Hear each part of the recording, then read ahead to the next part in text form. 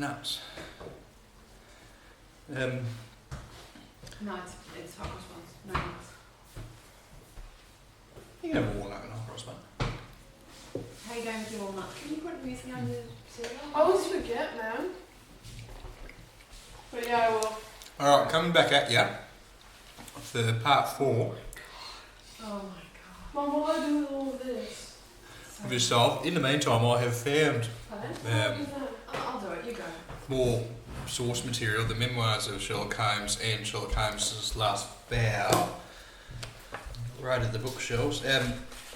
Because I think Shark told us before in the chat that the final problem is where, the story of the final problem is where Moriarty is identified as the Napoleon of crime, which is of course a nom de plume that we have from the initial letters of all the down clues.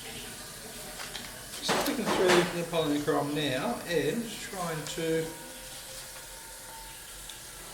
find that. And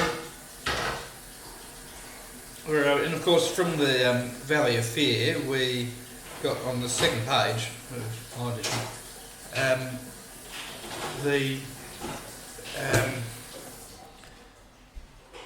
what was it? Left? The title of the other book which Professor Moriarty was responsible, in addition to the treatise on the binomial theorem, which is the dynamics of an asteroid and the corresponding letters of dynamics and asteroid, giving us the letters that contribute to the clashes, the 8 clashes. We have already used those letters to work out that pesky density, which apparently means with indenture. Still haven't worked out the word play of that at 5 across, but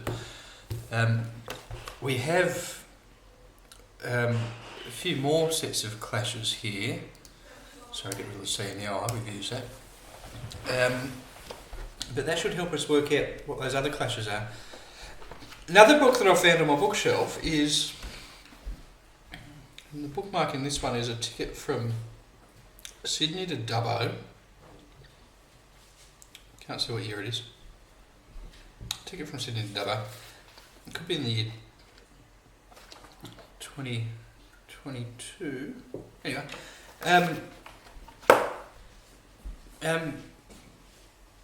The Art of the Crossword by D.S.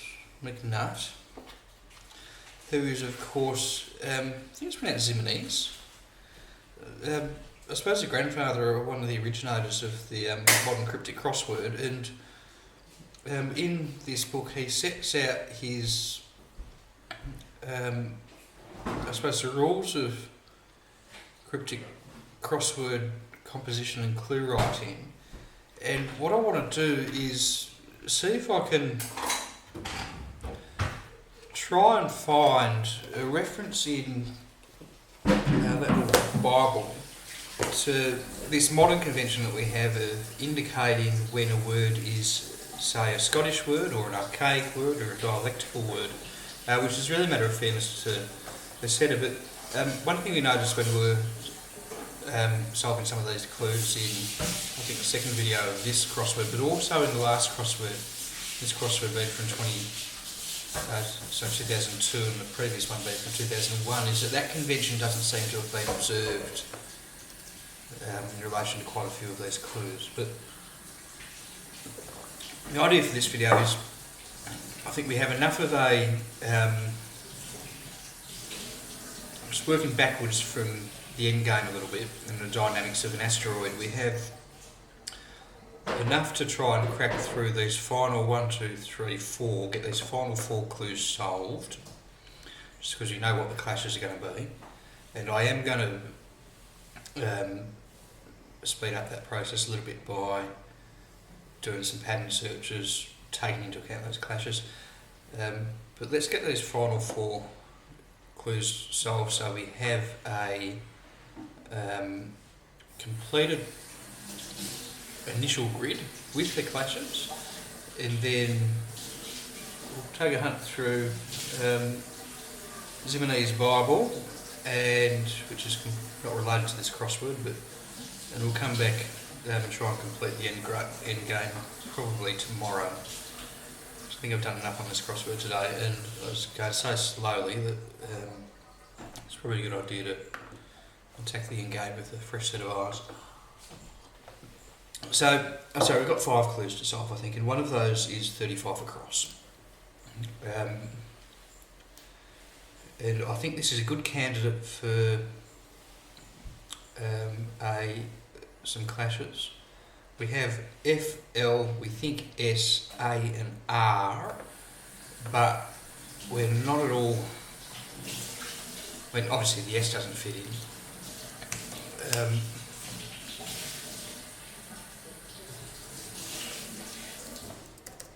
I wonder though, an S could clash with an R.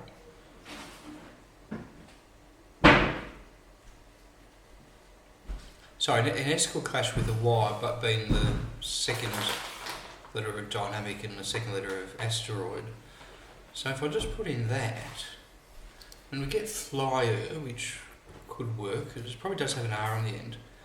Oh, an advertisement's a flyer. So followed lawyers 3 terms.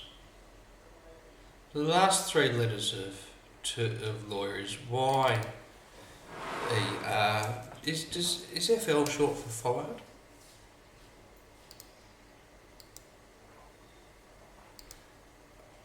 Oh no, but FOL is going to be, I think. No, that's folio. Because we are looking for an extra O here somewhere. But I wonder if in follow in. I wonder if in an earlier edition of Chambers, FOL was given as an abbreviation of followed.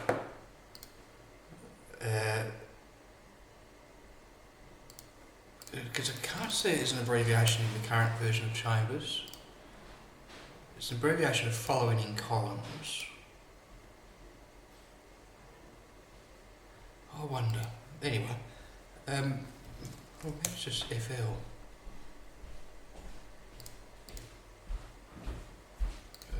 FL. Let's see. No. Right, I'm not too concerned about that because an S for a Y is certainly the. Actually, maybe it's not because we could well have two clashes here in flyer. We have Benamia going down.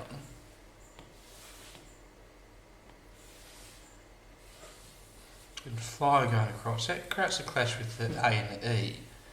The Y going across and potentially cell going down. So another clue that has 2 clashes as well, which I must have interpreted this part of the wordplay incorrectly, of the preamble incorrectly. No entry in the completed diagram has more than one misprint.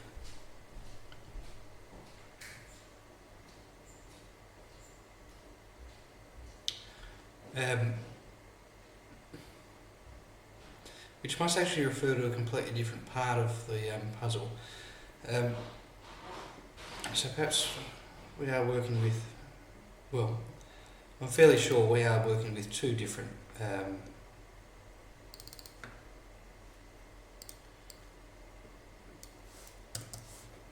clashes in each of those clues, which makes me feel a bit better for not being able to look at the data we did have from the crossing entries to work out what those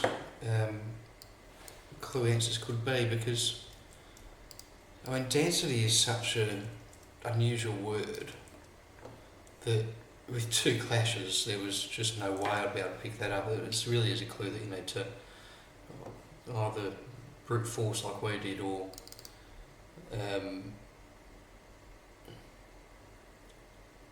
cold solve. Flies, well, Lloyd's three terms clearly indicates why ER. I mean, followed, not sure where that gives FL, which ties into this theory I have that the dictionary might have changed, but we'll come back to that in a moment. We'll investigate that after we get a grid fill.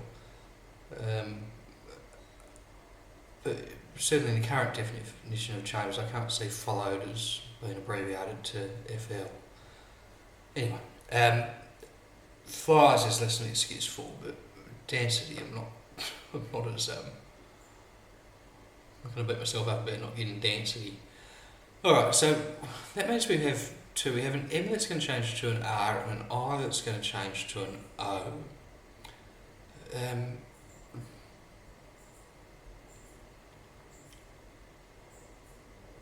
31, I mean, perhaps that is meant to start M something, U something something. So let's look at, that gives us 22 possible candidates according to Chambers for that.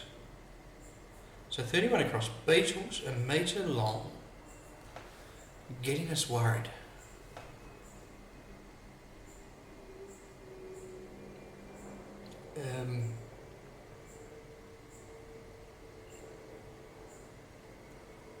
What more? So that's an anagram of A, M, L for long and US.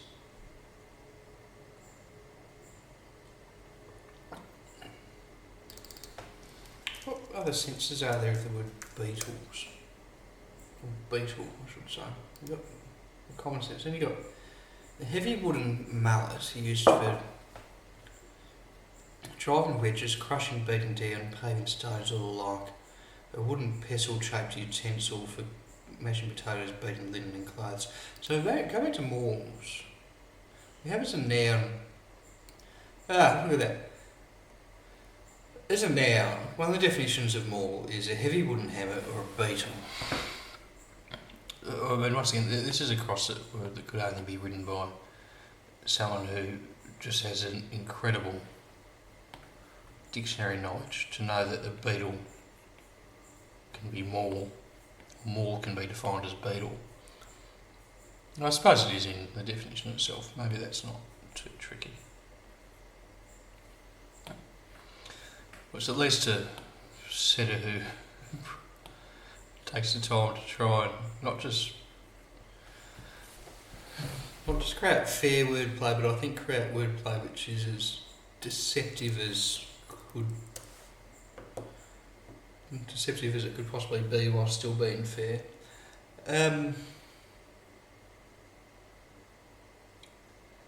Where are we? So that's mauls.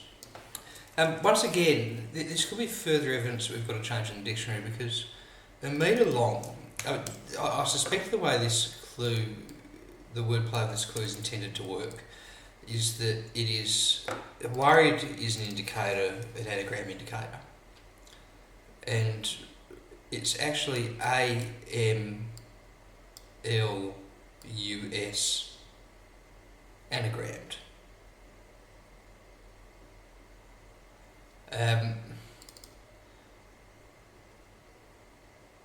But I don't think L in the current version of the Chambers dictionary gives, it's abbreviated to long. I'd love to, it's just another thing I'd love to get to the bottom of. Just looking at the Oxford Dictionary of English there, I don't see it. I don't see it in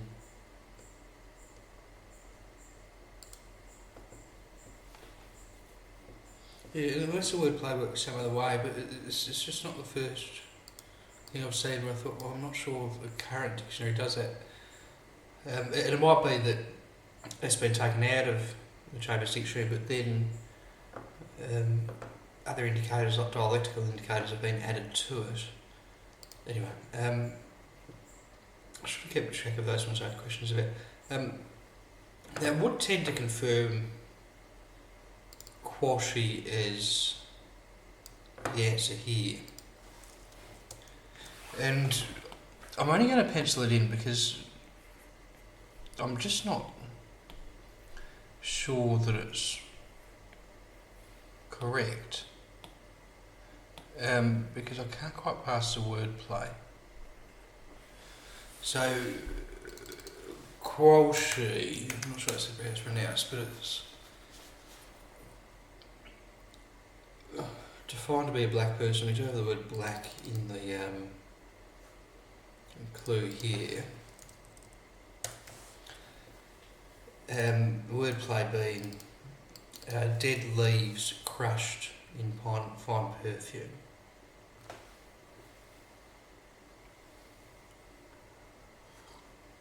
Could ash be crushed? You have D leaving. No.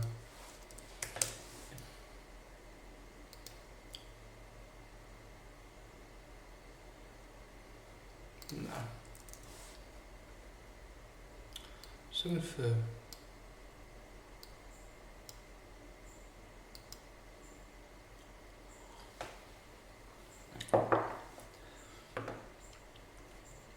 26 down. This is one of those ones where, I mean, we were thinking it was lactic. The only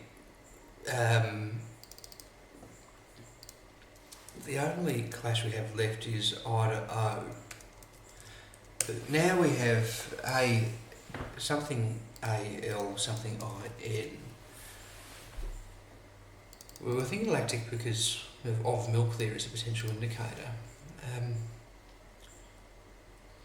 If there's no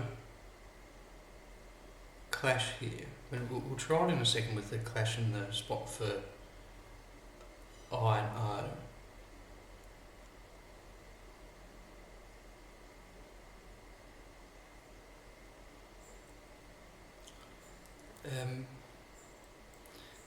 Calcan is a horseshoe, point to page a horseshoe, don't see that.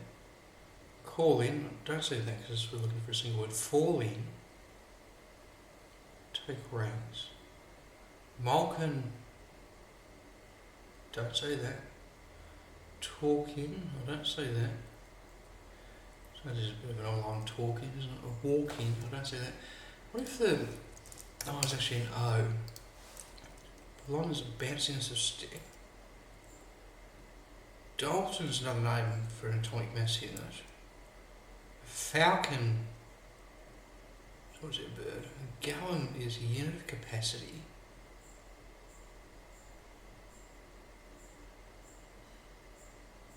And I wonder if, I mean, could 8 bottles of milk, question mark, could that be gallon?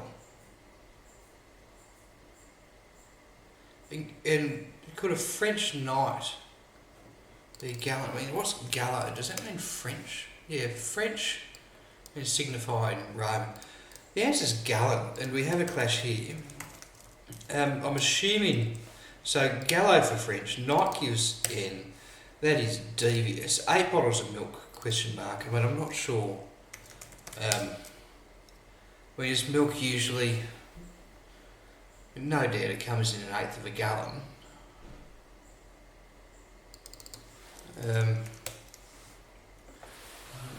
We don't really have gallons here.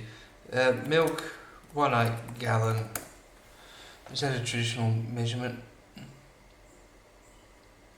It's equivalent to 1 pint. Yeah, I suppose a bottle of milk is probably a pint of milk. Pint of milk, UK. I mean, we're just serving litres. Yeah, there you go. Tesco sells a pint of milk, and it doesn't seem like much. So it sounds like a extraordinarily small quantity of milk. You can buy a litre here, but if you're really trying to save money, I'll sell it to you in 2s and 3s.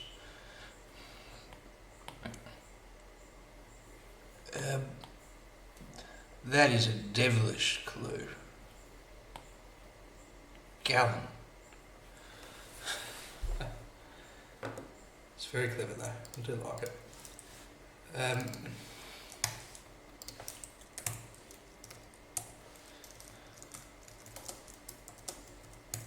that confirms, I mean, we know that we're already dealing with, there's enough thematic material here to know that we are in fact dealing with the Napoleon of crime, Professor Moriarty, which leaves us, I think, the final clue. We have 1, 2, 3, 4, 5, 6, 7, 8. We have our 8 clashes. 1, 2, 3, 4, 5, 6, 7, 8. 28 down, there's not going to be a clash here. The only word I can think of that means thief that fits what we have there is filcher, but let's just check that.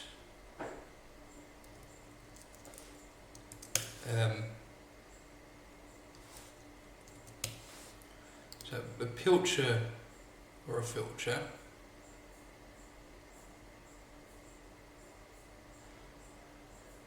Pilcher's of course a fish. Well, I'm just not sure what the holtz is.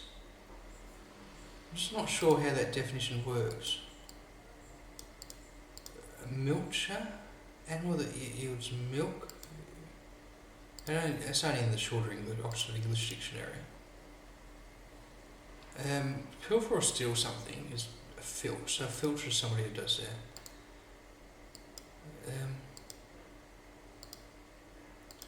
I wonder if there's a person by that name. Anyway, I don't know. He holds. Right in red, but I mean, pilfer.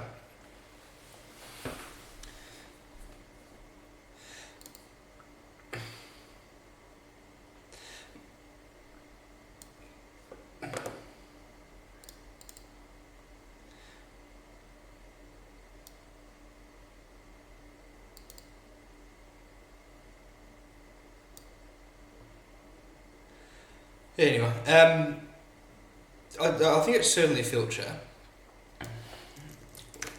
I've only put it in as red because it might be a problem. I'm just not sure what how that wordplay works, and we can, I suppose, check that out at a later time.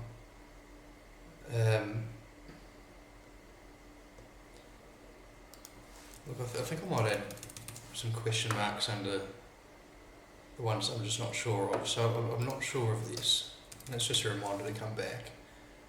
I'm not sure of sell. I can see the definition, but not sure how we get the word play. I'm not sure of the word play for shipping either, but it's clearly shipping. So we've got 3 clues here. I mean, if I can dig up an old answer sheet for this, maybe we'll be able to check it out. So that's our word play done. But sorry, our initial grid fill done. I'm not going to go on to try and solve the end game yet. Because just looking at the preamble, I think there's 3 things that we still need to do. We need to highlight the author in the completed diagram. We need to make sure that no entry in the completed grid has more than one misprint, whatever that means.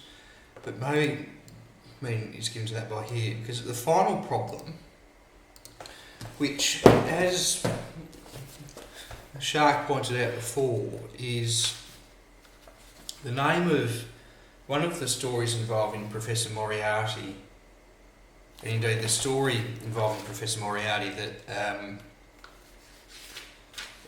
quite a bit of this thematic material came from, this idea that he's the Napoleon of crime. That's the final problem is the book that some of those references come from. So those are the 3 things that we need to do for the end game, no doubt. I think I'm going to go away. I'm going to read that story of the final problem. I'm also going to flick through the Valley of Fear, because that's the book which is given by the across clues, or the extra letters in the across clues, as a text that apparently may prove useful. Now, we might have already worked out what the usefulness of that text is, because it's in the Valley of Fear that we found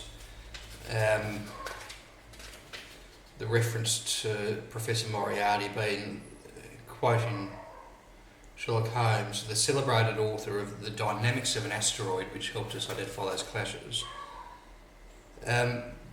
But the reason why there might be a little bit more work that we need to do with the Valley of Fear is because over on the next page there is a reference to a code, and I think I haven't closely read it, but I think the preface of the first chapter of the Valley of Fear is that Sherlock Holmes has received a message from Moriarty, I think, I'm just thinking through it, which seems to be some sort of coded message, and the fact that we do need to decode that word phrase in that central row, which I've got highlighted there in green,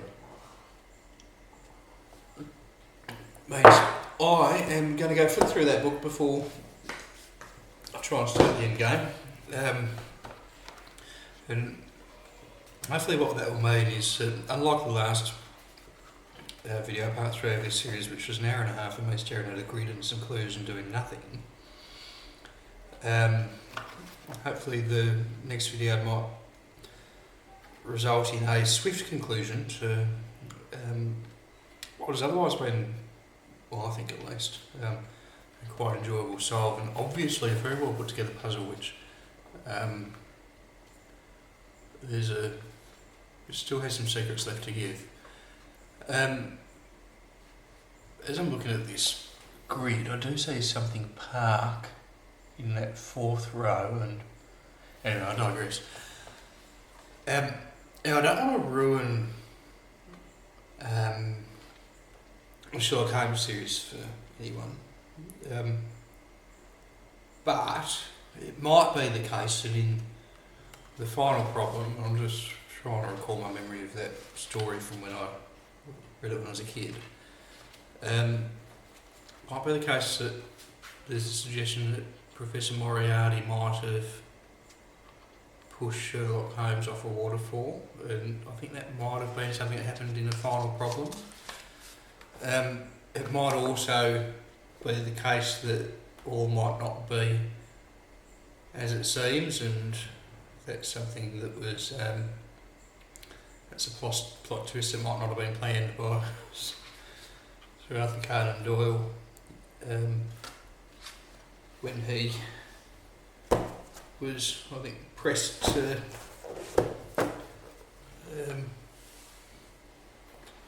write some further Sherlock Holmes books, which are collected under the title of collected in a book called The Return of Sherlock Holmes, and the byline here is The Indestructible Sleuth, once again. Anyway, I'm waffling. On to the next thing, then, for something completely different. I think I've mentioned a few times during the solve that in this puzzle and the previous puzzle there were references to things which were in the clues, which were dialectical words or perhaps archaic words which were not indicated that way. They just were not indicated. So I think one answer is 24 across here. We had T-E-I-N-D, which is a Scottish word for tithe. Now, in Scotland, a tithe. I suppose that is actually indicated in this clue, so that's not a good example of it. Where was... There were some examples of it, I think. Maybe it was yesked. Was that one? I think there were 2 or 3 examples of it. Yeah, yesked. So it's now Scottish and dialectical, but in this clue, it's just given as a straight clue. Like, quite is yes, and ticked off 50% is just 50% the KED of ticked. Of course, it's a past tense word meaning spat, but ordinarily, or by today's conventions, this clue would in fact be written with an indicator that the definition was a Scottish word, so something like, or a dialectical word, so something like Scots spat, or Jocks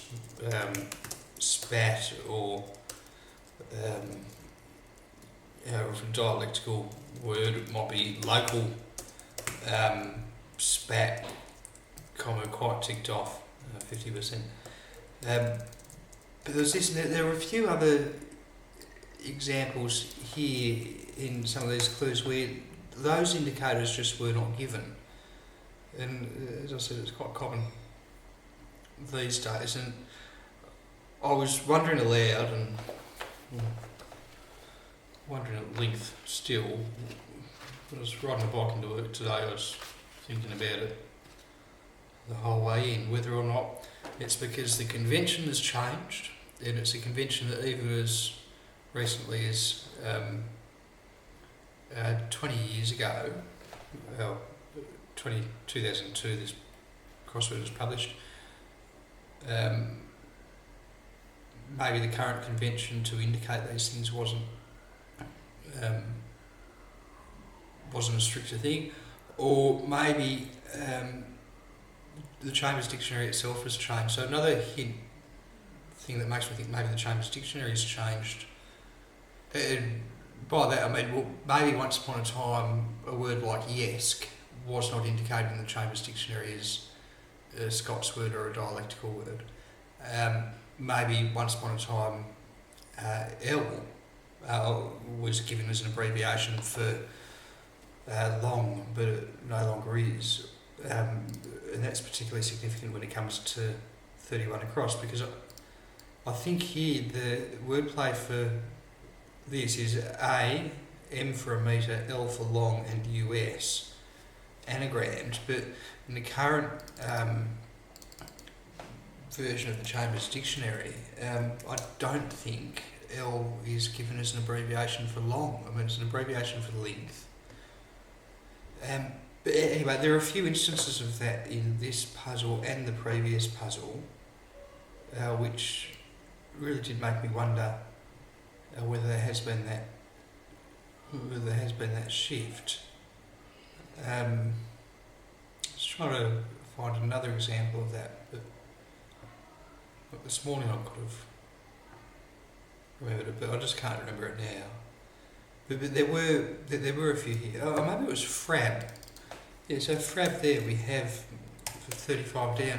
Once again, it's a dialectical word, but there's nothing here in 35 down that indicates frab. And I think we even had it as part of a deletion indicator on something else. It was this very, very clever clue here. Horngild. Aha, Orange Ladar doesn't have its tax. Now, maybe this one isn't significant, maybe this would still be clued the same way today, but A is given in Chambers as a dialectical form of it. But its local tax, perhaps there would have been some editors who would have demanded that this clue would be written in this way, with its local tax, back then or something. But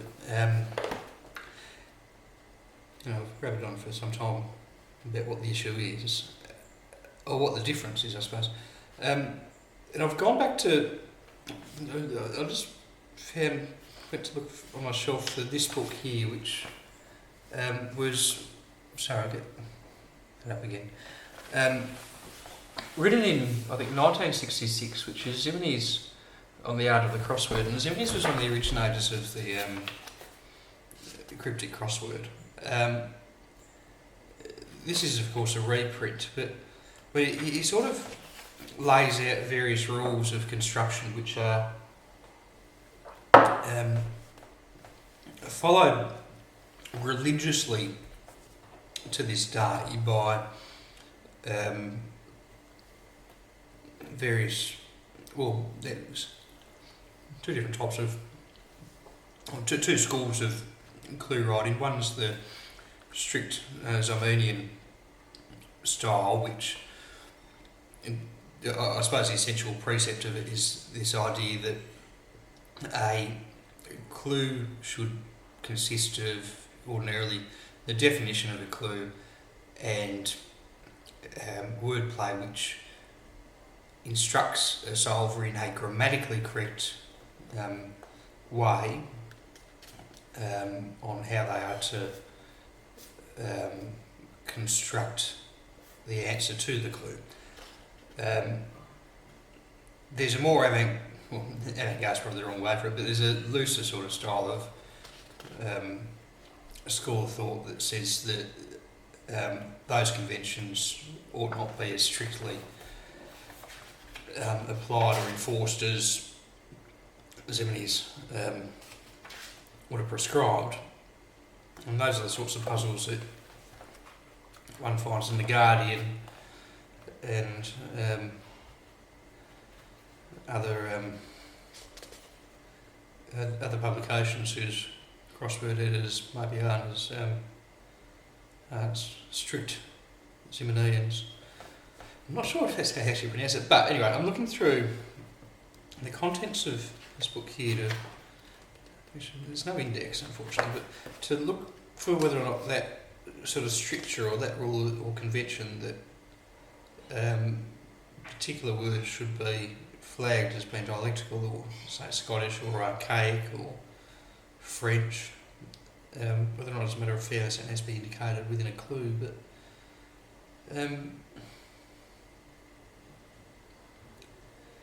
there's a chapter here called Cluemanship.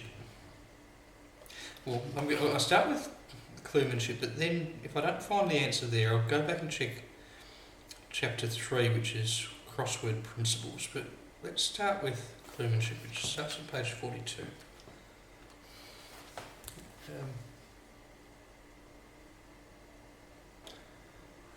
And as might be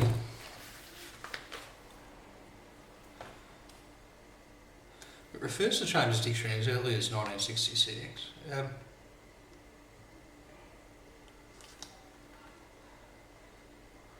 The whole book is written in a very conversational tone. So here we go. I think it's quite another set of here is that the clue writer's duty is that I need not mean what I say, but I must say what I mean. And it comes back to this idea that the clue should, in a very grammatically correct way, direct an answer, direct the solver to the solution.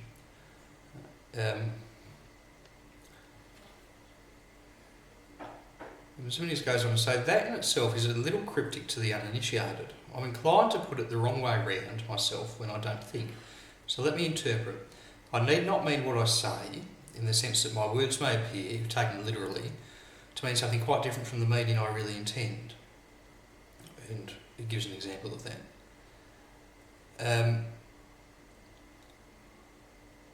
So I've said what I mean and given the solver two separate indications of... sorry, one sec. Just trying to work out where it picks up the thread.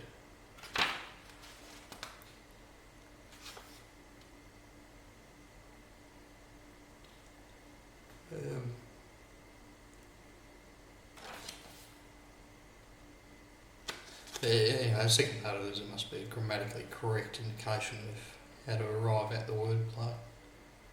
It goes on for a number of pages just with examples of misleading surface readings of clues, which is probably a bit long in the tooth because everybody who's ever looked at a cryptic crossword knows that every single surface reading of a clue is going to be misleading. But the point of it is that when read in a different way, it's going to give a grammatically correct instruction.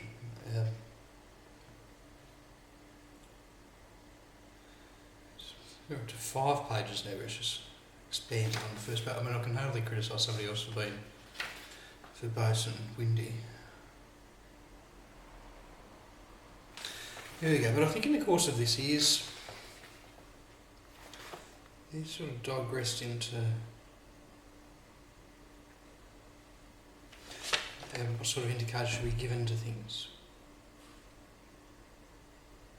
Just give me a moment.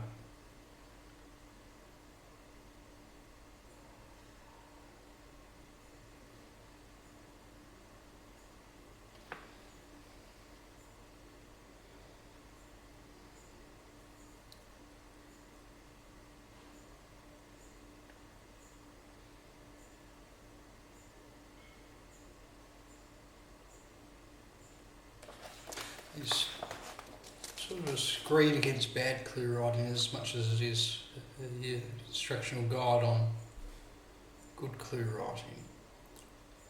He's talking about chambers again, he's talking about dictionary definitions.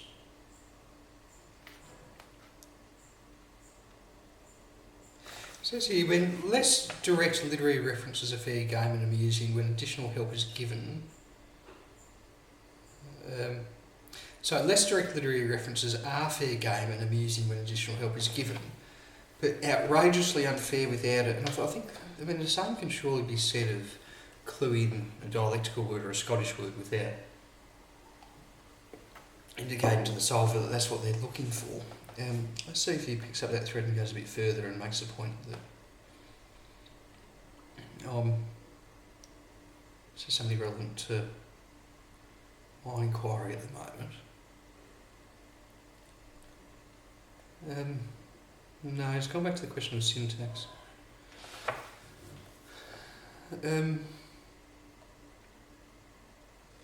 Senses of words.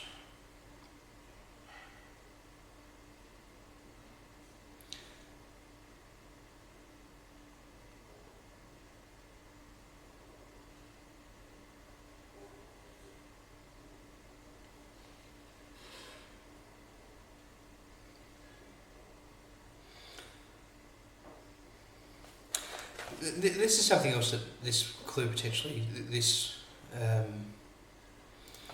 crossword potentially does as well, or some of these clues potentially do as well. So C of common cold originating in, it may well be that common cold indicates, in that clue indicates the first letters of common cold, CC, just simply by saying originating. But not something that's strictly Zemanian. And what he says here is beginnings, middles and ends of words are apt to be treated very loosely. Cylinder head might fairly indicate C, or masthead M, but why should redhead indicate R? It can't mean the top of red.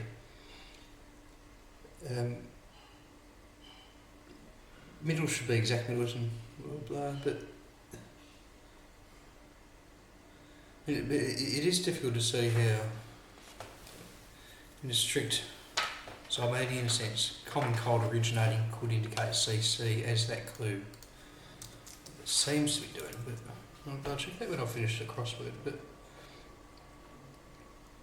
anyway, what I've come to here is that I can't actually see that there is any prescription against or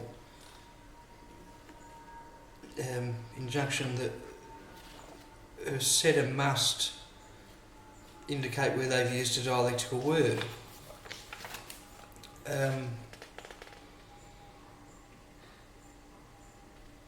So that makes me think that perhaps this convention is something which is, I'm just going to quickly have a check through chapter 2, but it does make me wonder whether or not this is a convention which is more modern than a lot of us crossword or cruciverbalists or crossword solvers think it might be. I'm just going to go back to Crossword Principles, chapter 3, which is starts on page 26, to see if he says anything there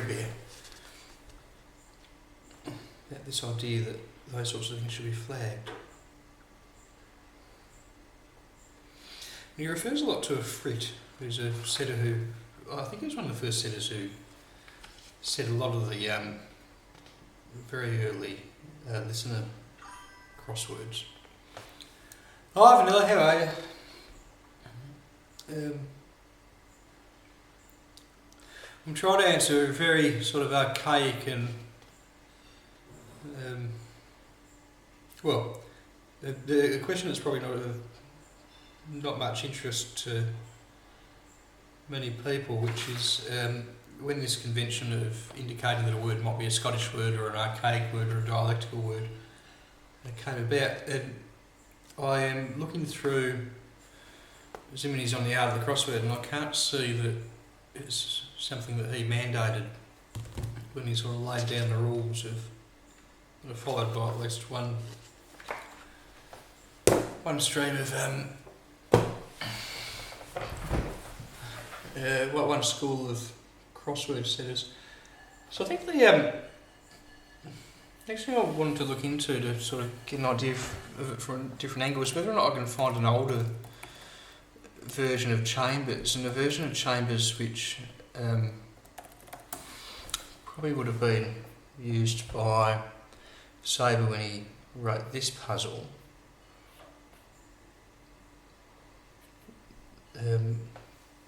So if I can find that, I would like to see whether or not those same indicators about the origins or the use of the word, they might be dialectical or they might be, say, Scottish, are actually in those previous editions of Chambers. So, I mean, we're up to, I think, the 13th edition now, aren't we? The 12th edition was 2011.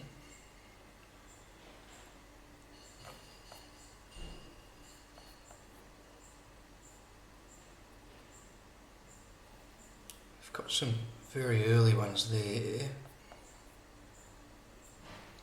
So, editions of Chambers Dictionary. There you go, all dictionary archives. Will this set us in the right direction? Can't see it there.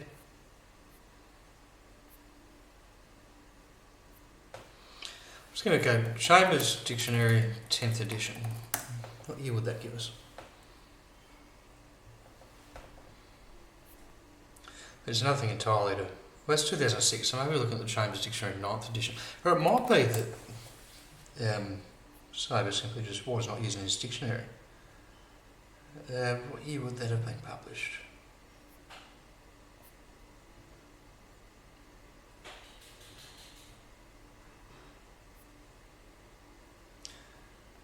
Biographical dictionary, it's not the one that we want. Let's search for Chambers. No, we don't want that one. Chambers Dictionary 8th edition.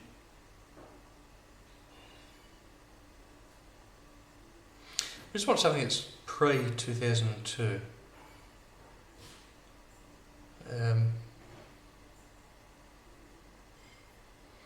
I don't think we can find it.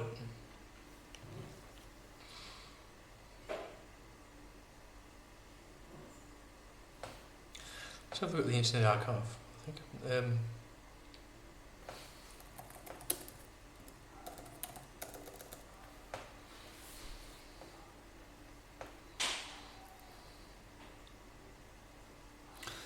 Chambers Dictionary.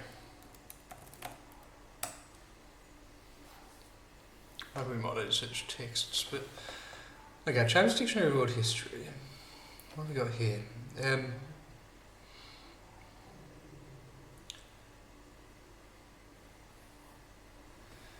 Any new edition? Does it say which one it is? No. So we just want something that's as close as possible to 2002. There you go, let's give this a go. 1999. Can't go wrong with that. Chambers Dictionary, 1999. Really nerding out here. This looks like it comes from a Welsh library.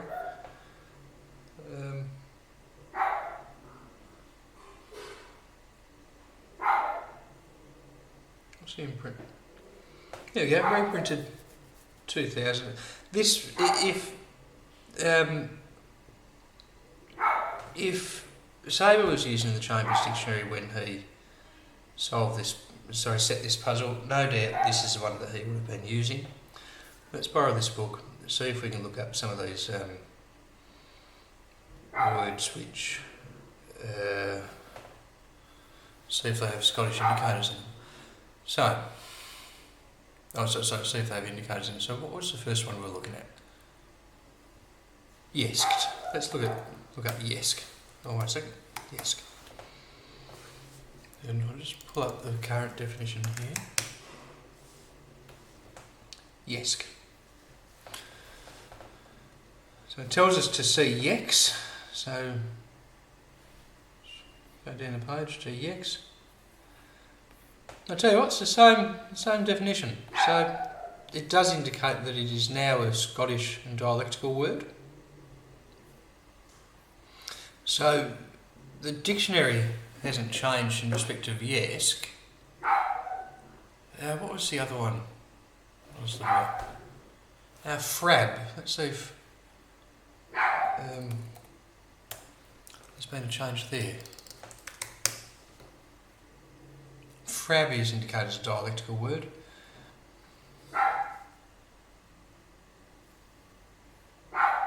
Here in Chambers, it's indicated again as a dialectical word. So I think it's, I say, A for, actually I'm going to have to probably do aardvark, because if I search A,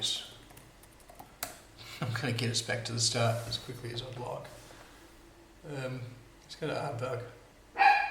Page 1, aardvark.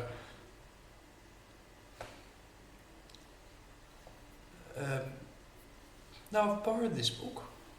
Should be able to search it. Oh no, I didn't click the borrow button. I can download it.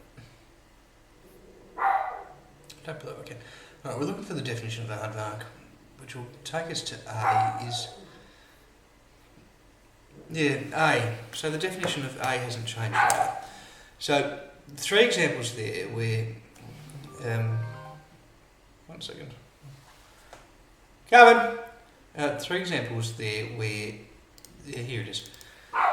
Dialectical senses of a word are used as either clues or as part of the wordplay, but it hasn't been indicated by Sabre in his clues. I'm not sure what an editor today might say or do about that, but it's interesting that in the previous puzzle, the crossword from 2001, we saw the same thing going on. Because I'm planning to solve every puzzle, I think, from every listener puzzle that's won the Ascot Gold Cup from 2001 onwards, we might be able to identify when that convention came about, because it's something that's become quite strict in advanced cryptics today. Anyway, that's all a very long spiel and a very long dialogue, but it is something I was wondering about all day today, so we've finally gotten to the bottom of that. In terms of where we're up to with the puzzle, we have completed our grid fill. As I said before, we've got at least 3 further things that we need to do, which I've put here in pink. I'm going to come back and maybe do that tomorrow or the next day, but I'm very pleased with our progress. I'm satisfied that we have got a good grid fill so far, and I'm going to clock off now and go spend time with my family and see you guys later. Adios.